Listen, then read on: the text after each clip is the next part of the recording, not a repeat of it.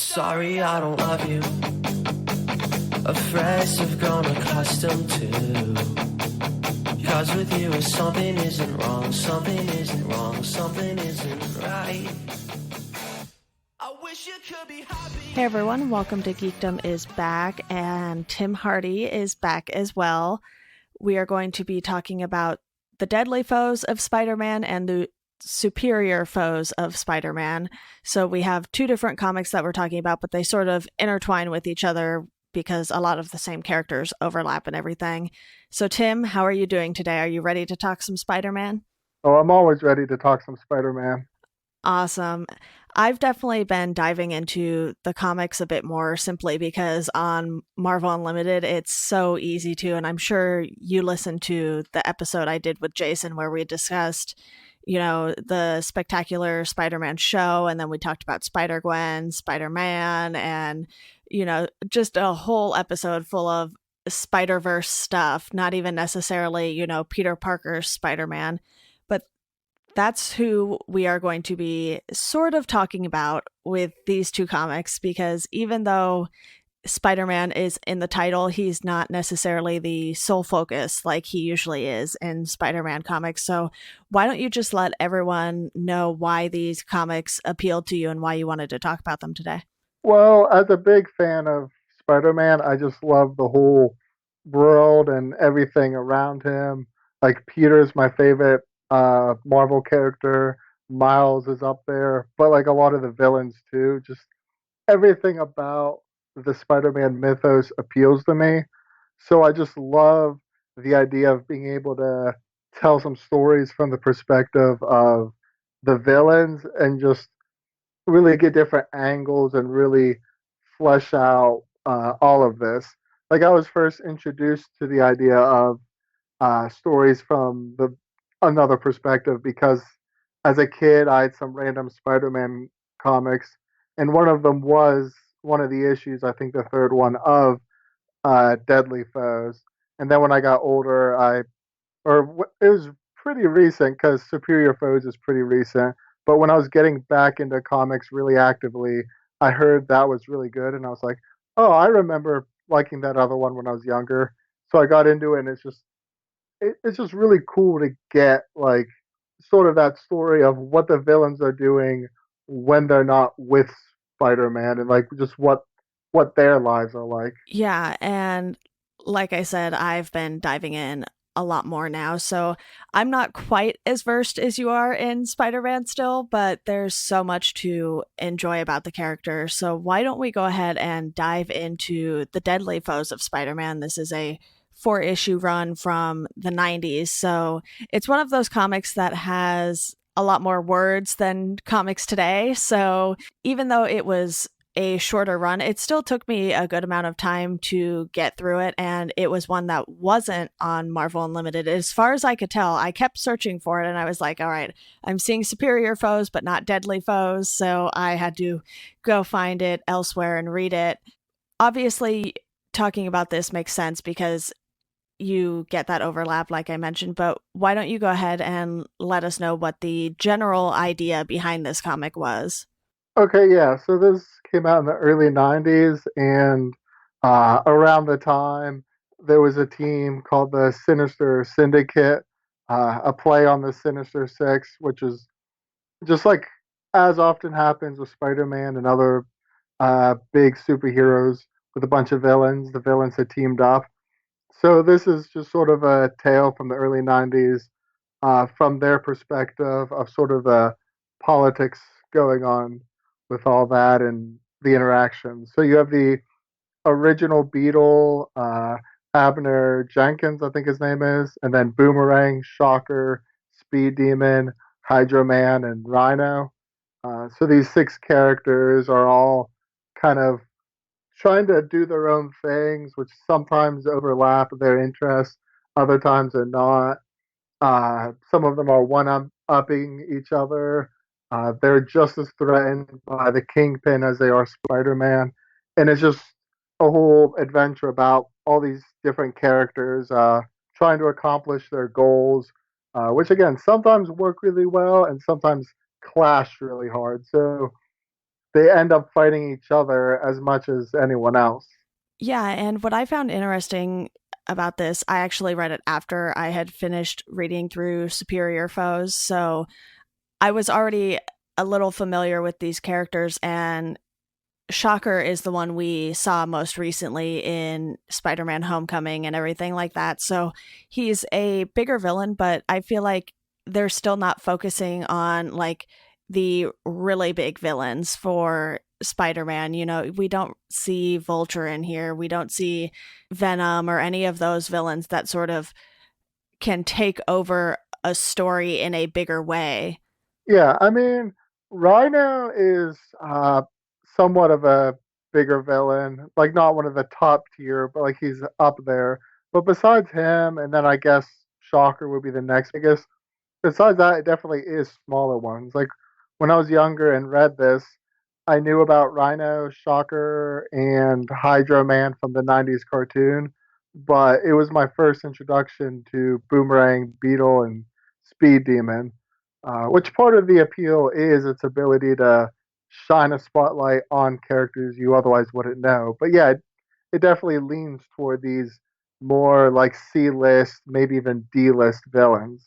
Yeah, and I think that's part of what makes this so entertaining, the fact that they're able to craft a creative story with these villains that maybe wouldn't be able to hold a story on their own. Like we've seen Venom get his own comic and everything that's separate from just being in the Spider-Man stories. And none of these villains are really at that level. So to have them come together in this way and, you know, at least attempt to form some sort of Sinister Six is an interesting choice because even when you think about the Sinister Six, you're still thinking about some of those bigger villains being part of that. Yeah, like the original Sinister Six was assembled by Doctor Octopus and had Vulture in it and Sandman and different lineups. Have had like Hobgoblin and whatnot. So yeah, that's usually the Sinister Six is that cream of the crop, like top tier villains. Uh, which even in this story, the first one, Deadly Foes, they go by the names Sinister Syndicate instead of Sinister Six, which will come up when we talk about Superior Foes, some of the humor of that. But yeah, they definitely it definitely gives you the opportunity as a reader and gives the writers the opportunity to, like you said, flesh out these characters that normally wouldn't really get the spotlight, even if one of them is the main villain.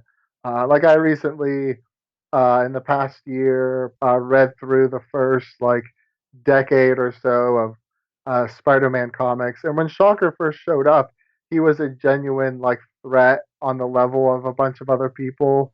Uh, but then, even when he was introduced, you didn't really learn much about him or his personality. He was just the flavor of the week villain with some really cool Ramita costume design, but just battling, getting defeated by Spider Man, and then the focus would go back on Peter and his life. So it's definitely gives you that opportunity to really like before this, nobody would have thought, I wonder what Fred the Boomerang is up to. Like Right. it just wasn't anyone's thought. But then after reading Deadly and then Superior Foes, I'm like, I kind of want some more Fred. Like I want to see him show up even more. Yeah, and obviously we get some of these same characters in Superior Foes later, which it's a pretty big gap between these two comics too. And I think that sort of makes sense because it's not necessarily one of your staple characters that, or a set of staple characters like the Avengers or something that you're going to constantly be doing releases for and everything. So, what do you think about the fact that when they did Superior Foes, they did pull pretty much the same set of characters from Deadly Foes? It's definitely an interesting choice, especially since this was from like 2 decades before Superior. So it's definitely an interesting choice. This roster of Superior foes that we're going to get to was actually in like the first or second issue of Superior Spider-Man. by Dan Slott, which the whole idea of that being when Doctor Octopus was in Peter's mind. So I think they used this roster in part because they since Doc Ock founded the original Sinister Six, I think they wanted to address that, and then Dan Slott's a major Spidey nerd and knows all this obscure trivia. So it's probably his idea initially to be like, I'm going to use a super obscure 90s team. But then Nick Spencer in Superior Foes definitely, like, he had to have, like, read this and really dived into these characters' histories. And so it's definitely an interesting choice. But besides, like, Dan Slott being a big, like, Spidey nerd and obsessed with obscure stuff, and then Nick Spencer loving humor, and he seems to love some obscure characters too, because he really likes Cloak and Dagger, and he gave Boomerang a cameo in the current Secret Empire. So I think it's just like these different writers just having the same affection for this world that I do, and just really being excited to be like, hmm, wonder if we took Boomerang and the original Beetle and Shocker and all these and threw them together, like what would it be like now? Which I like that even uh whatever his name is, Partridge, that like lawyer dude who in Deadly Foes double crosses Boomerang. He is then even that specific lawyer shows up in Superior Foes. So like I think it's just like a whole like love letter to obscure Spidey mythos. Yeah, so why don't we go ahead and dive into Superior Foes since there's quite a bit more to talk about with it being, roughly 4 times as long as the mini series on Deadly Foes. So in Superior Foes, one of the main differences is that Abner, who was the original Beetle, is now Mach 7. We don't know what happened to Machs 1 through 6. So it's one of those things where you have this same person being used in a different capacity. And I really like it when they sort of give some of these, like you said, C list, even maybe D list villains an opportunity to change things and sort of turn their life around because Mach 7 is basically a sort of parole officer for these super powered villains. And it's interesting to see how they sort of portray that change in this series. Yeah, which from what I understand, all the history that's addressed in Superior Foes is from the comics, like in Thunderbolts and all that. But I haven't really read like any classic Thunderbolts, so I don't like have all the history. But it does a good job of explaining it. But yeah, obscure characters like Beetle, like Abner, definitely give more room for, like you said, like that character growth and whatnot. It's almost like you can get away with more because you get someone like Peter Parker and people have these set things in their mind. I know I'm guilty of that, where it's like I want the character to have these traits, and I accept experimentation here, but not here. And everybody has their own vision, so you sort of just have to juggle and wrestle those, and you get all these constant resets going on. But I don't think you have that many people like, ooh, I really need my original version of Abner, and I really need him to be Beetle. I can't let someone else be Beetle. I really need Fred to be the same. Like, you don't have that, so you have a lot more room to be like, oh yeah, this villain went on this path, and then eventually became a hero, but he's a humorous hero with who's not that competent. Like you get to tell more of that kind of story with him. And I was definitely a big fan of Abner's recurring role in it. The way that his wings would break and knock over a bunch of windows and merchandise and all that. Like he was just a funny, sad, down on his luck kind of character. He was like optimistic, but like knew he was in over his head.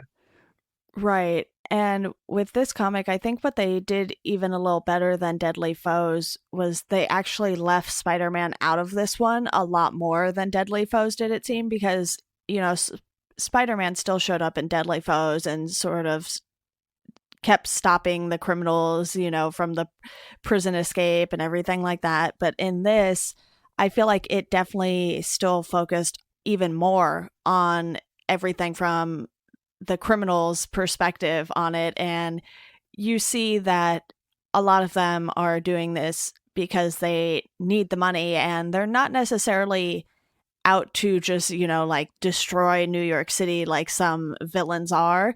They're sort of these street level criminals that they might not have superpowers necessarily, but they have like super powered suits and gear and stuff like that. And in this, the Beetle is the daughter of Tombstone, I want to say. Is that his name? Yeah. Okay. I felt like that was right, and I just wanted to be sure. So they put in, you know, some extra little twists with the criminals too, and sort of how, you know, the new Beetle is connected to this big crime boss, basically, who isn't the Kingpin, which is another thing that's sort of refreshing. You're not just using these same villains that we see time and time again, but you're still incorporating ones that we have heard of at least. Yeah. And that really helps them take, like I said earlier, more like liberties and what they can get away with. And especially in Superior Foes, since this one is a lot more comedic, like this is straight up a comedy series, Right. pretty much, as opposed to the other one, which is more traditional comic book storytelling. But for this one being more of a comedy, you get to take more risks not only with character growth, but also with the comedic beats and the way that Tombstone can show up and Beetle's like, "Hey, Dad," and it's like, "Wait, these characters are connected," and you can do all these sorts of things where if you were dealing with Peter Parker or with Wilson Fisk or with whoever, you might not have as much room to work with because there's just so much history already established. Like there's not as much history established in the comics for Tombstone as there is for Fisk. Right. And most of these issues were written by Nick Spencer. I think there were maybe a couple where they had someone fill in. And for me, those issues stood out a little more just because it wasn't hitting quite the same notes, but it still was, you know, good enough to get the story and the point across and continue that for, you know, those couple of filler issues that we had. Yeah, the filler issues were decent. Uh, on my reread to prepare for this, I definitely kind of skimmed those issues a little more because compared to the original or like the main story, they're definitely not as good. But having a couple fill-in writers is still nice because you still get the like. I remember one of the two fill-ins uh, deals with sort of a completely different cast of characters, even villains. Like it focuses even more so on what these random villains like Grizzly and whoever, like Looter, like how they feel about uh, Spider-Man being the superior Spider-Man and being a lot like darker and meaner. So if you care about the overall story of Spider-Man and you're looking at this as a superior Spider-Man tie-in, those issues in some ways are even more helpful into that. But if you were to take them out of this and then attach them to a superior Spider-Man trade and then keep everything else, like they you wouldn't really be missing out on that much. Though I did like the one fill-in issue where everybody was talking about Hercules and then he showed up at the end. Like you still get some good jokes in there from that. Yeah, and in one of those filler issues, it was like they were sort of at an AA meeting or something like that, but it was like for supervillains. And even though it didn't necessarily push the story along that Nick Spencer was telling, it was just, like you said, one of those little interesting comedic things that they did throughout this run. Yeah, it was very funny, and also like there's the humor of seeing these characters in these different situations, which seeing costume characters do mundane things is always funny. Like that'll always make me laugh. But then also lets you flesh out the world even more. Uh, like I've said before, like the way that like you get to see these different like support groups for villains, and you get these ideas. Like it's a funny punchline, like seeing these people sit together, and then Abner makes Fred go to like one of these gatherings, and it becomes like a part of the story. But it's also just the ridiculous humor of seeing like Grizzly and Porcupine and whoever else. Mirage, I think, is the one character's name. Just seeing them like give this AA type thing in these full like ridiculous classic superhero or villain costumes. It's like that just kind of humor. It just always works. Yeah, and I think that's what made this so enjoyable to read too, because they weren't taking themselves so seriously that they were like, okay, we're going to do a comic and it's not really going to involve Spider-Man, but these villains are going to be super serious and just sort of, have this grandiose storyline that wouldn't really make sense for these villains. So I'm glad that they did keep it at that sort of street level. And you know, even within the group, they're like, okay, who's going to be the leader? It should be Beetle. It shouldn't be Beetle. And you sort of just see these really realistic things that go wrong with, these sort of everyday criminals. And it makes it a little more relatable, obviously, aside from whatever powers or super suits they do have, but they feel more relatable in a sense that, okay, these are sort of just your everyday street criminals when you have superheroes roaming around. Yeah, and you get some of that too in one of the first issues whenever the team is in a meeting and like a business meeting, and in Superior Foes, like I said earlier, they're going by the Sinister Six, but part of the joke of that is throughout this whole series, the team is never six characters. The most it ever is five characters. So they have that debate like, should we be uh, called the Sinister Six? Should we go back to the name Sinister Syndicate? Should we recruit a new member? Uh, Maybe it's okay to be the Sinister Six, and it'll keep people guessing. Oh, who's the other member? Which is a joke that comes back later.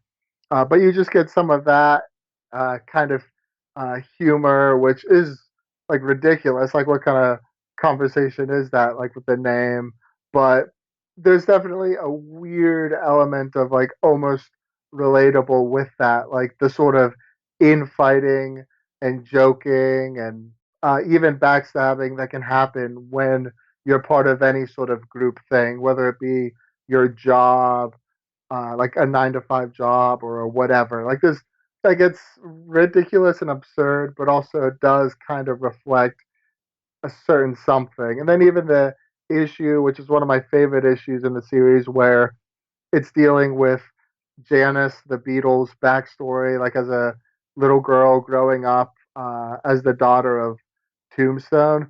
There's this ridiculous humor of her like ruining this kid's birthday party and all this other stuff, and her desire to become a criminal, but her dad doesn't want her to.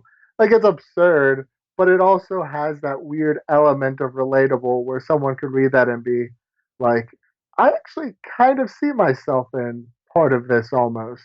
Yeah, and why don't we go ahead and talk about some of these other characters that show up, because it's not just this group that we see. We actually see, other criminals outside that they interact with or try to steal from. And one that really stood out to me was the owl. And I don't know if it's because at first glance I was like, that totally looks like a Wolverine haircut, like when you have some of the older comics where you see Wolverine and he sort of has like almost these ears on top of his head made out of his hair or something like that. And I was just like, why does this guy look so much like an old Wolverine design or something like that?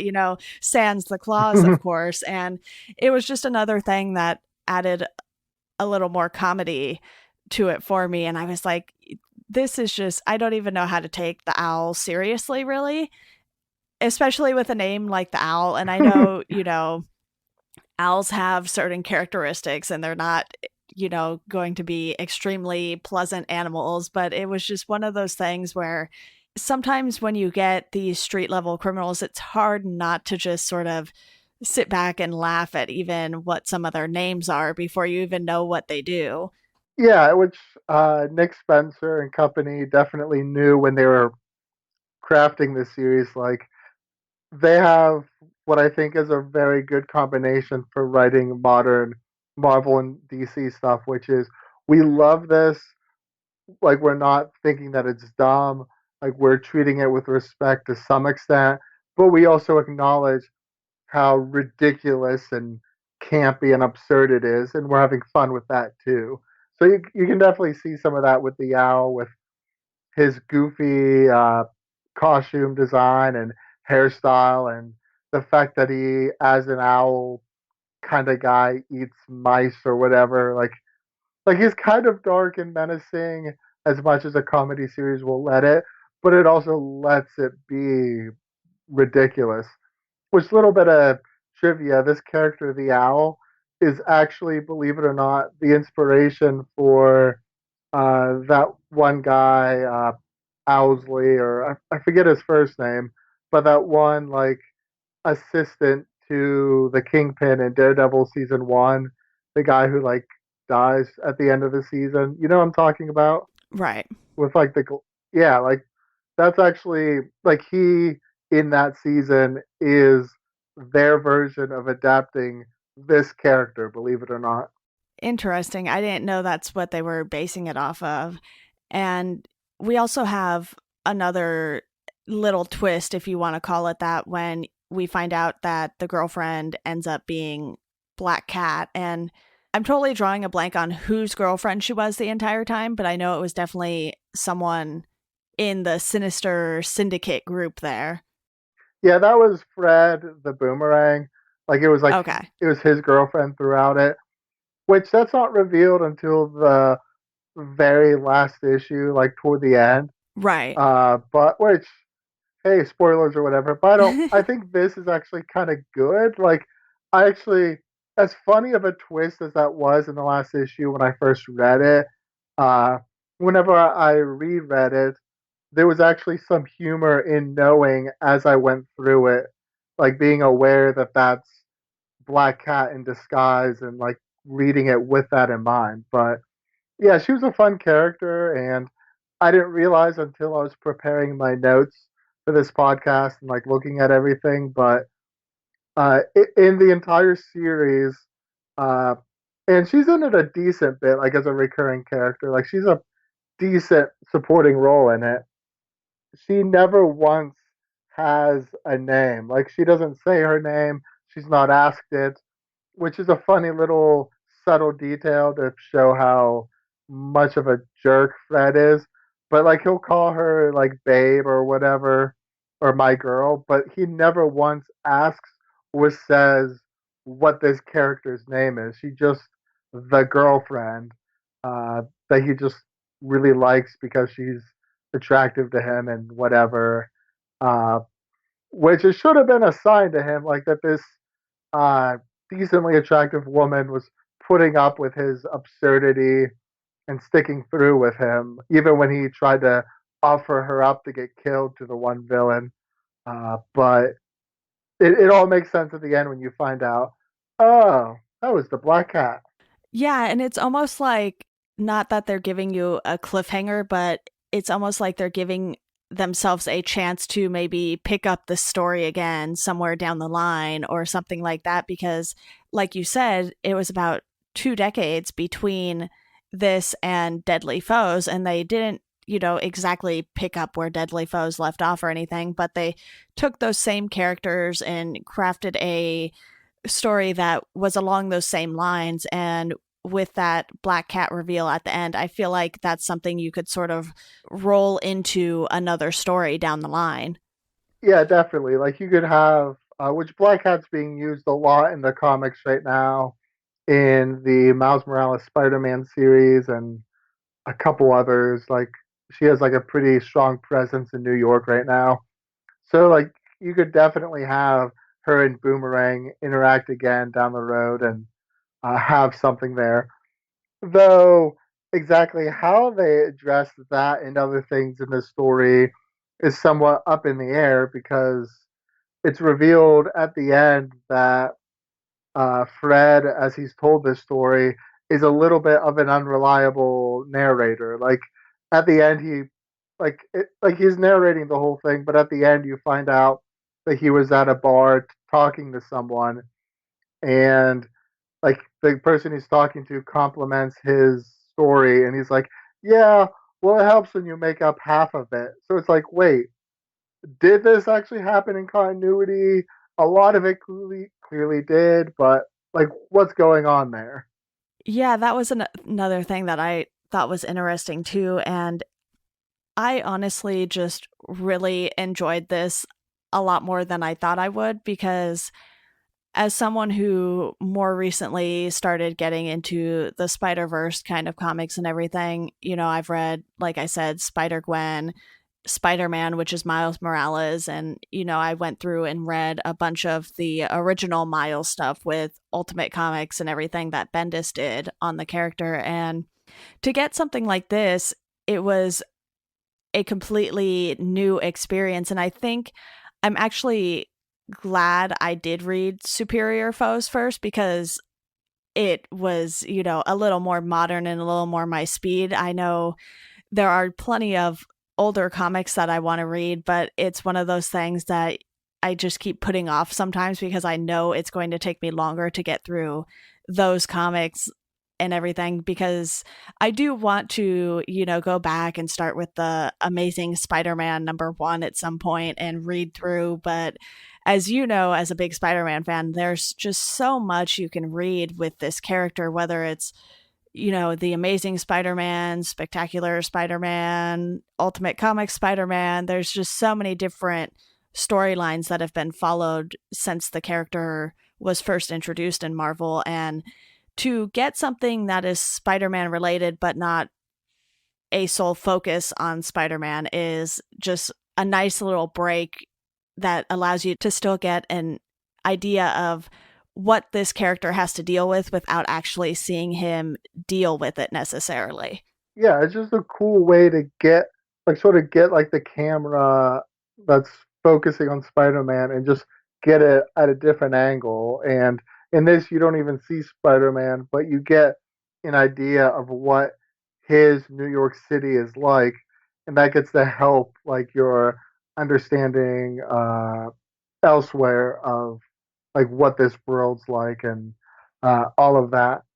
Yeah, and I think a lot of what's cool about this series not focusing on Spider-Man is in a weird way I feel like this came out of a certain wave of Marvel stuff that started like maybe like 5 or so years ago when they started taking some more risks with different stuff, and like some of that still happens now, but sort of like this was in around the same wave maybe a year later as that great, already classic Matt Fraction Hawkeye run. And while this isn't nearly as good as that, it definitely feels like cut from the same cloth of sorts. Like it's taking these characters that comic book nerds have known for decades, but telling this different kind of story. Like this almost feels for Boomerang and Shocker and Beetle, it kind of feels for them what Matt Fraction did with Clint Barton and Kate Bishop in his Hawkeye, except much more comedically and like a lot more tongue in cheek. But like this, and then after this, Squirrel Girl started, and there's Howard the Duck. Like it's that like wave of like modern comics that just goes, okay, here's the Marvel universe. We have lots of titles that take it seriously and all this. Let's create some nice, fun stories on the side that's still fleshing out Marvel, but that's saying, hey, there's a wide range of stories that can exist in this universe. Yeah, and I think with the way comics are right now, and recently with San Diego Comic-Con happening and everything, we've sort of been hearing news that, you know, comics might not be doing as well as we think they are because we are so ingrained in them and follow these stories as they come out and everything. And because I do most of my reading on Marvel Unlimited, I don't necessarily pay as close of attention to Marvel's numbers because I'm not really going out and buying comics every week. I sort of, for Marvel do Unlimited, and then for DC I typically trade weight stuff, and Image I'll just sort of pick things up as I see something that interests me. So it's one of those things where stories like this might not do as well, but they still serve a purpose to the readers and to the Marvel universe. And, mentioning Howard the Duck and Unbeatable Squirrel Girl, I think because of the appeal that Squirrel Girl has to younger readers, that's something that maybe was doing a bit better than other comics that could have come out that were along the same lines as that. And I don't know how many people are reading Howard the Duck necessarily, but I did go back and read some of that recently on Marvel Unlimited as well. And it was really entertaining, but I do see how you could sort of be like, well, how does this really fit into this same world with the Avengers and Spider-Man and sort of these more serious characters that are sort of tackling problems that seem a little more serious than, fighting these little street level criminals and, Squirrel Girl going up against Mole Man and things like that that seem a little more out there, which it's kind of disappointing when you find entertaining stories like that, but people might not be as into them because they aren't these, big stories with these big consequences and everything like that. Yeah, you definitely get some people who really don't like these weirder, more comedic like titles like this. But then you also get people who prefer them and don't really care at all about the main Marvel stuff. I think a lot of what is best for Marvel and DC and all them like going forward is like Marvel in this stretch where they did all these cool weird titles like the ones I described. A lot of them succeeded, some of them didn't. But then Marvel got a little too far and launched too many titles by their own admission, and have in the past year had to start scaling back. But I think as long as they don't release too many titles at once and dilute their product, I think it's a really good choice for them to continue letting these different titles have their different flavors. Because you're not really getting like you would have gotten even a decade or so ago, like somebody who comes in and picks up everything Marvel or whatever. You have people who pick different titles, so I think it's good that Marvel has and hopefully will continue to have a nice, tonally diverse range of stories. So if you want humor, you can be picking up Squirrel Girl and Gwenpool and whatnot. But if you want more epic storytelling, you can be reading Avengers and the Secret Empire event. And if you want these different things, you have these different places to go for them, all within the umbrella of Marvel. And I think Marvel and DC too really are big enough to allow like these weird things to interact. And sometimes it can be weird knowing like, okay, how does this fit with this?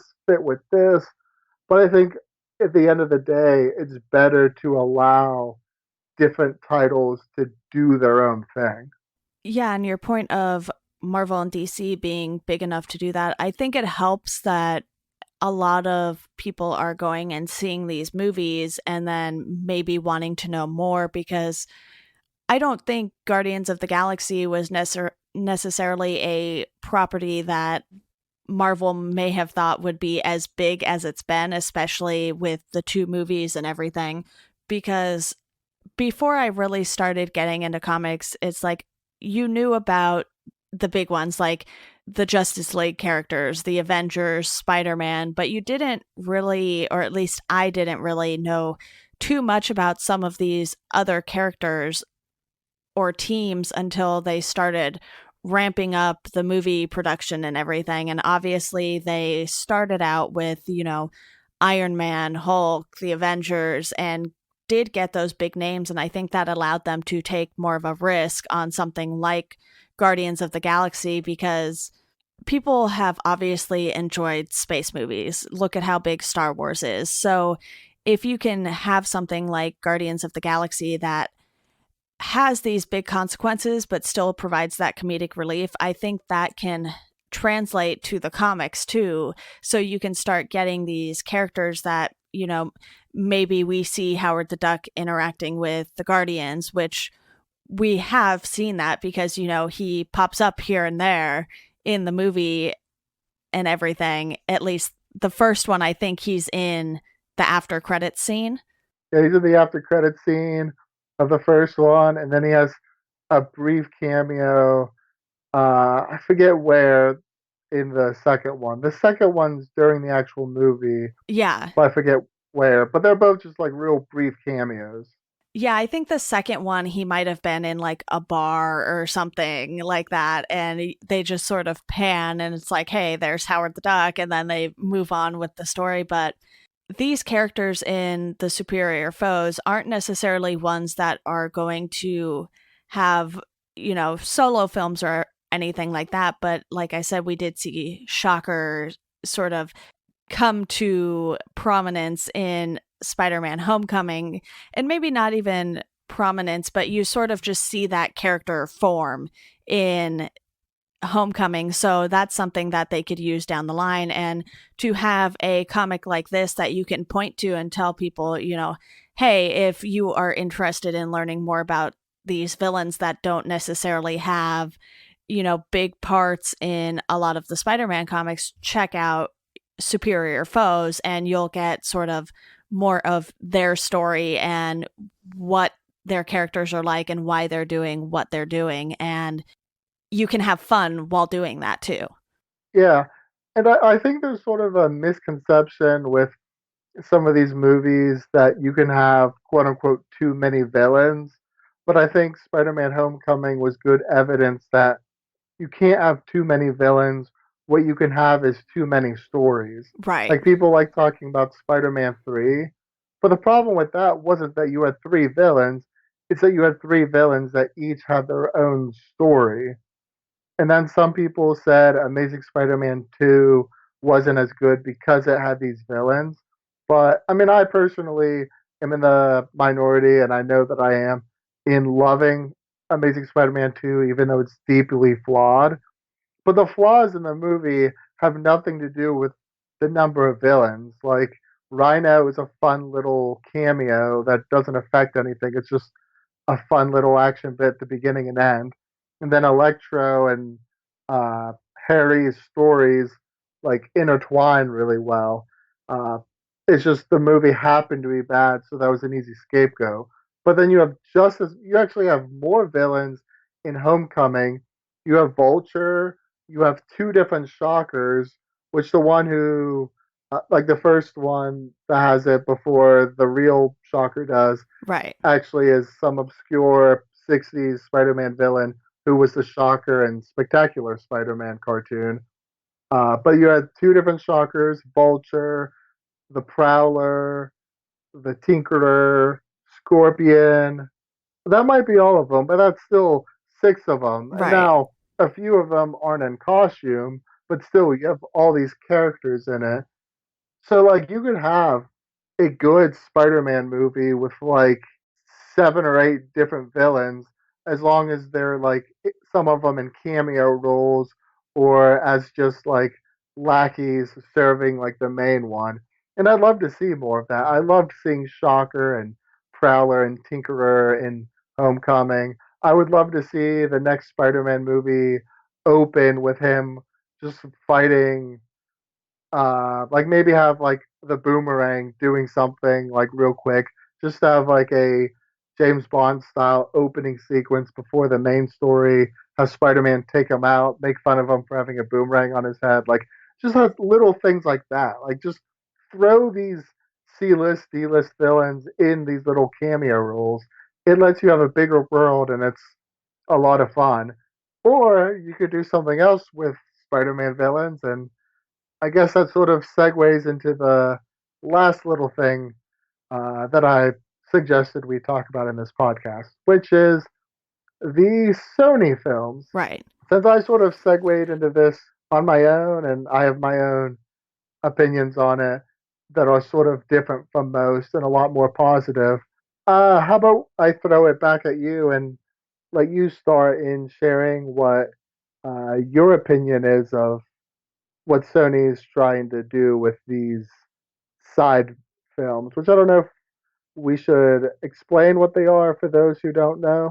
Yeah, I'll go ahead and do that. So basically, what Sony announced is that they are going to have a Spider Man universe that doesn't necessarily correlate with the Marvel universe. It's still supposedly going to happen in like the same timeline and everything, but we won't see any of these Marvel characters or Marvel owned characters showing up in the Sony movies, and Spider Man probably won't even really make appearances in these movies either. So it's sort of going to be similar to, I guess, like a rogues gallery that you would see with the Flash or something like that. So they've announced Venom and Silver and Black. Those are the two main ones right now that are sort of getting ready for production and everything like that. And I did an article over on Hidden Remote about this, on some concerns I had, because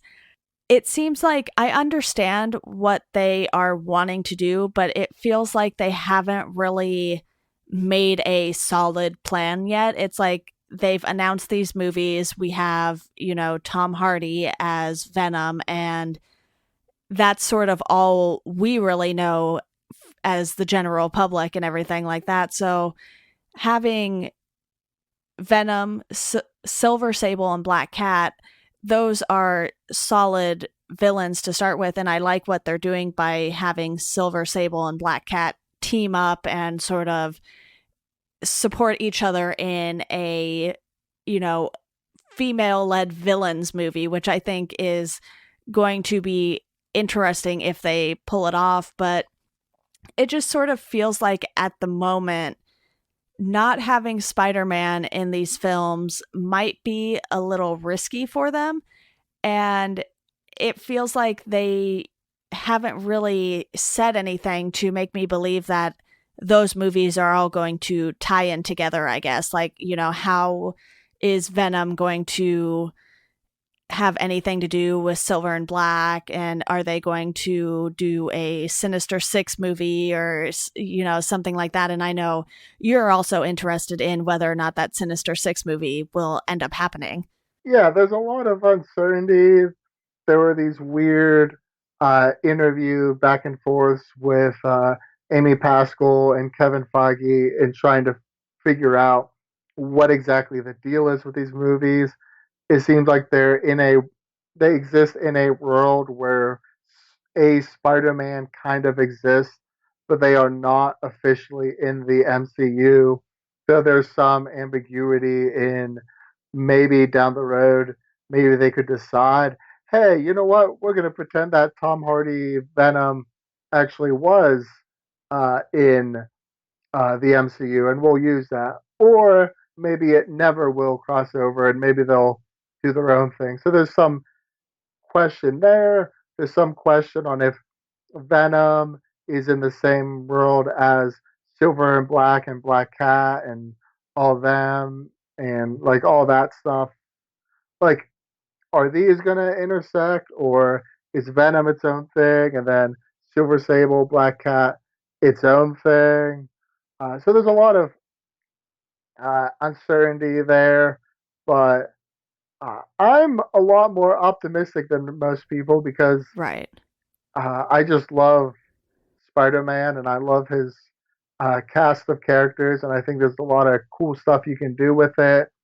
I know I know a lot of people don't like Sony's track record, but I I think there's more good in it than people admit, and I also think that you can see in DC and you can see in Fox's Marvel stuff that even if you have a bunch of duds, you can still make something good out of it. Like the track record in recent years, at least in the past 10 years, of DC before Wonder Woman wasn't really any better than Sony's, but then Wonder Woman happened. And then Fox was making all these mistakes, some good movies, but a lot of duds. But then they took this hot mess and built Logan out of it. So as long as they get the right people, I think they can pull them off creatively. There's Right. still the question of will these movies sell? Like, will a Silver Sable and Black Cat story sell? But from a purely creative perspective, like I think Venom, starring Tom Hardy as Eddie Brock, and I think they've confirmed, but I don't know how official it is, that the villain of that movie will be Carnage and that Anne Wayings, I think the character's name, Eddie Brock's ex-wife, will show up in some capacity. So there's some like vague, loose details out there. Like I think that's creatively a really strong story, especially if the rumor of it being sort of an R-rated Jekyll and Hyde meets Cronenberg's The Fly type thing. Like there's something good you can tell there. And then Silver Sable and Black Cat is going to be directed by Gina Price Bythewood, I think her name is, Right. which she did a movie years ago called Love and Basketball that I've never seen, but I hear is good. She's she's directing the first episode of Marvel's Cloak and Dagger TV show. So like creatively, I think there's a lot of good they can do there. And even Sinister Six, I don't know what they're gonna try to do with that. If they're gonna try to force like a Doctor Octopus and Company version of that without Spider-Man, I think that's bad. But I think if they take an approach similar to like Superior Foes and all that, like I think you could, if they want to, still make a good Sinister Six movie of sorts without Spider-Man. It's tricky, and you need the right person for it. But I don't know. I'm a big Spider-Man fanboy, so I'm biased. But I'm cautiously really optimistic. Like I might be more excited for Venom than a lot of the MCU movies, and I'm really excited for the MCU. So I'm hopeful.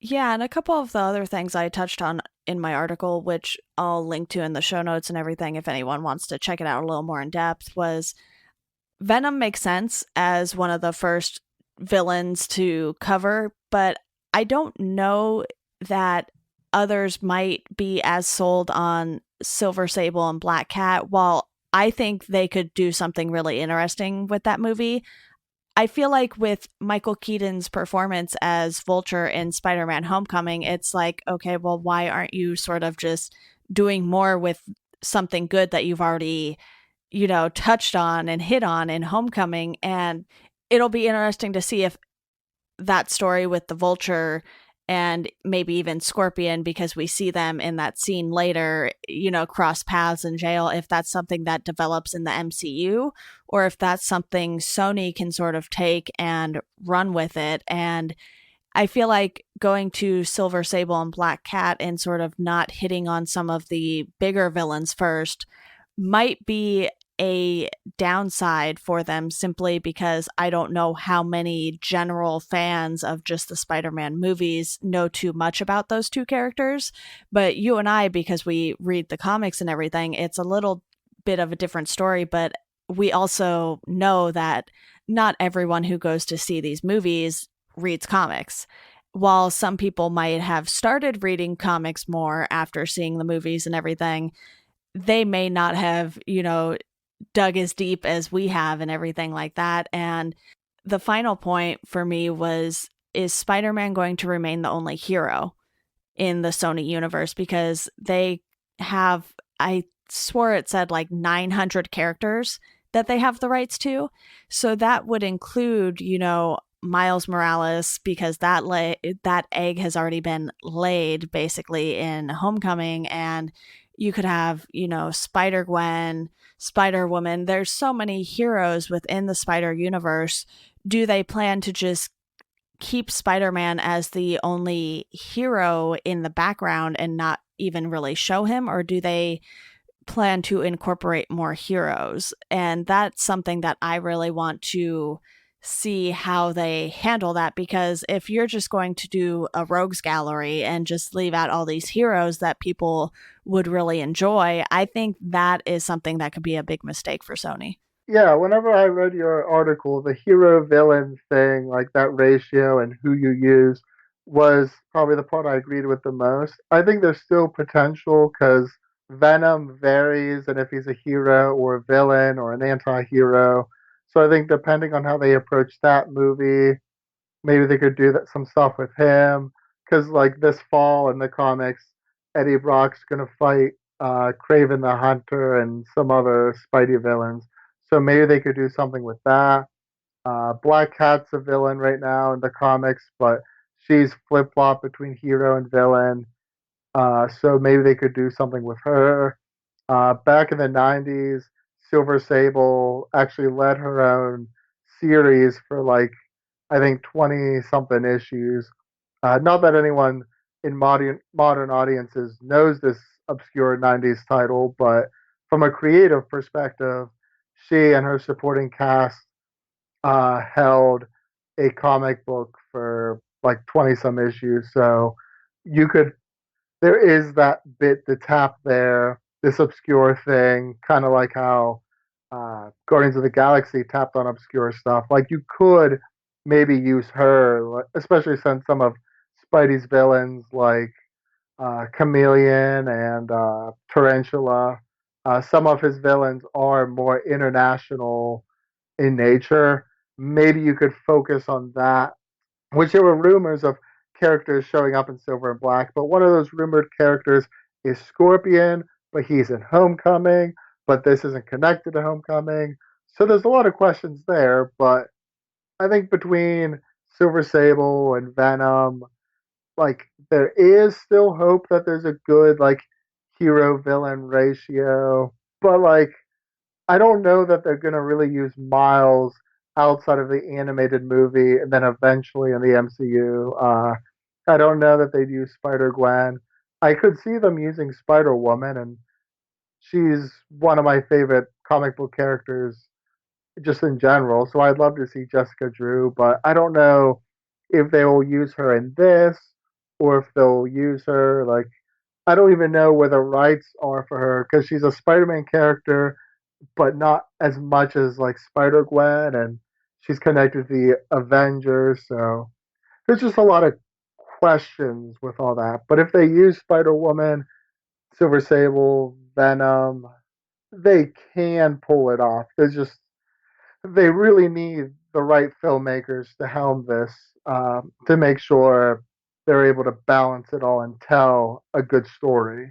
Yeah, and I think the fact that they don't really plan to have one person who is going to oversee everything is a little concerning too, because like with Star Wars and everything, you have Kathleen Kennedy who sort of spearheads all of the movies and everything while she's not, you know, necessarily the one directing every movie or anything like that. She's still involved in some capacity to sort of make sure things are happening the way Lucasfilm wants them to. And with Marvel, we see that as well. And the fact that they sort of plan on having these movies be their own entities, it seems like, I think, there's still a chance they could obviously change their mind on that and sort of have everything flow in a specific way so that they are really truly creating a universe. But yeah, right now with the information we have, I am concerned, but I'm not saying I won't go,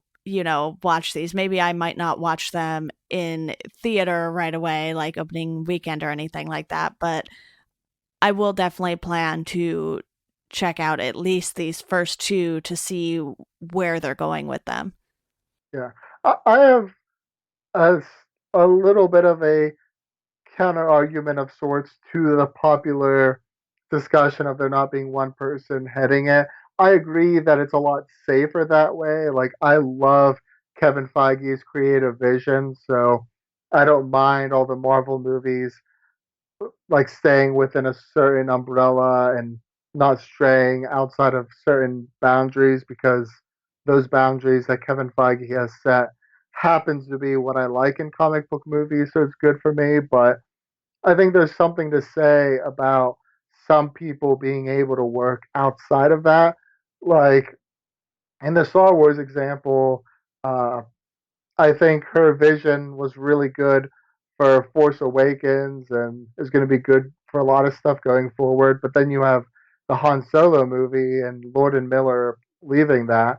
I could see Lord and Miller helming a like comic book movie by Sony or by Fox and being able to just do their own thing, but you couldn't really let them do their own thing with like a strong like figure on top. So like it's definitely a lot riskier and scarier not having a main voice, but like you can never release Logan if Kevin Feige were in charge of all the uh, output for Wolverine. Like you would not have gotten Logan, even though he said in interviews that he loves Logan.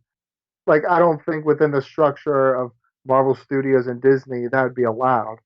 So I think Venom is a good character that could exist in some ways better without Kevin Feige if they have the right people to let it be its own thing. Like I think there is some advantages to like just letting people do whatever.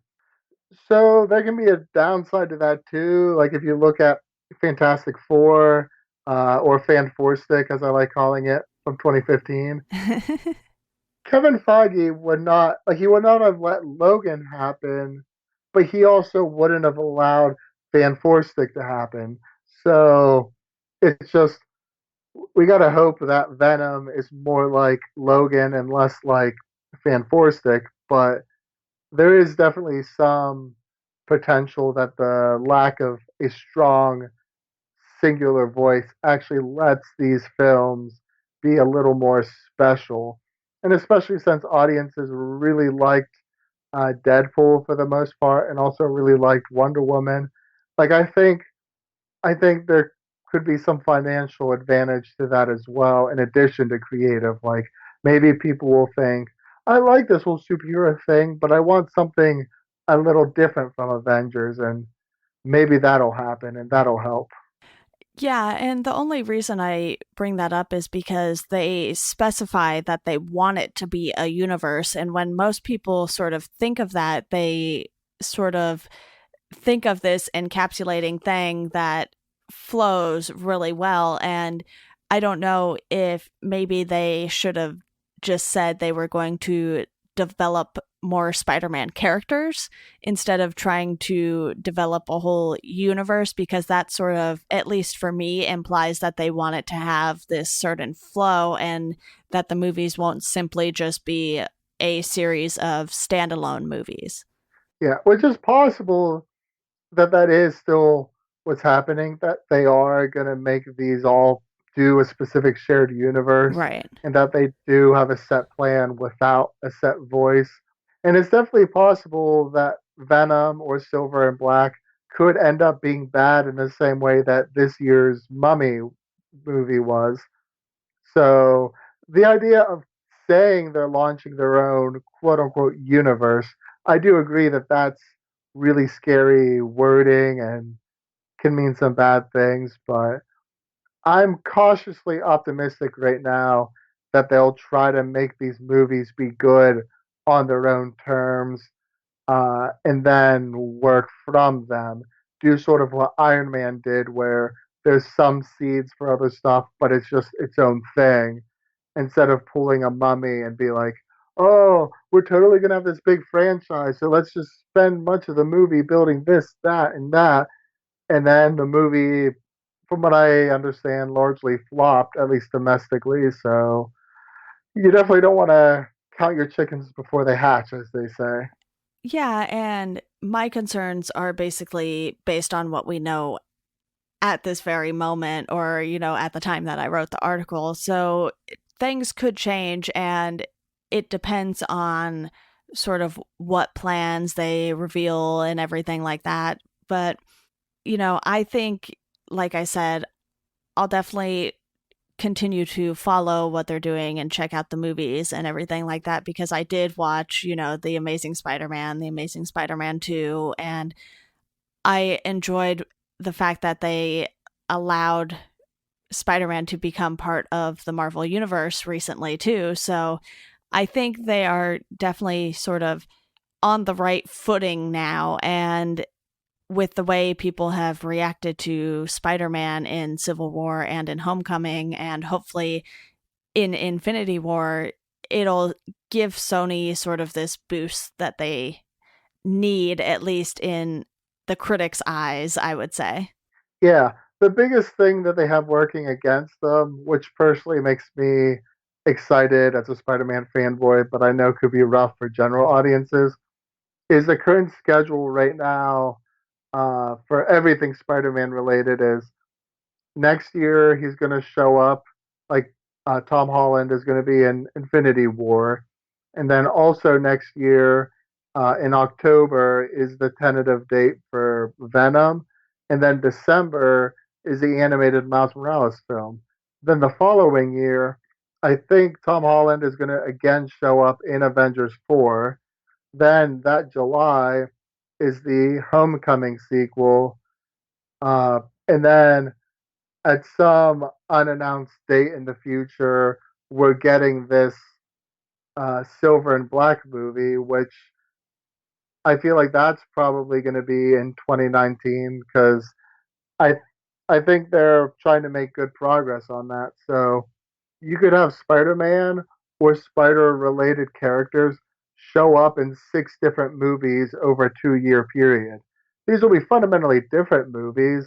The animated Miles film and Venom are going to be nothing alike, but you definitely like they can't rely on just the name of Spider-Man to sell these movies because people are going to have no shortage of Spider-Man. Which again, I'll take all the Spider-Man I want. I've read a crap load of Spider-Man over the past year.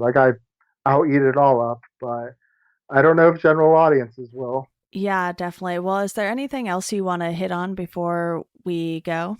I guess the one thing I'll say to sort of tie our conversations together is if Sony does still want to do a Sinister Six movie like as their own movie and not just as villains in Spider-Man, I think they have a really good template in Superior Foes of Spider-Man. Yeah. Not that they should try to adapt that, but if you got like Lord and Miller, or if you got Shane Black, or if you got, I mean, I guess Edgar Wright probably wouldn't because of the whole Ant-Man experience.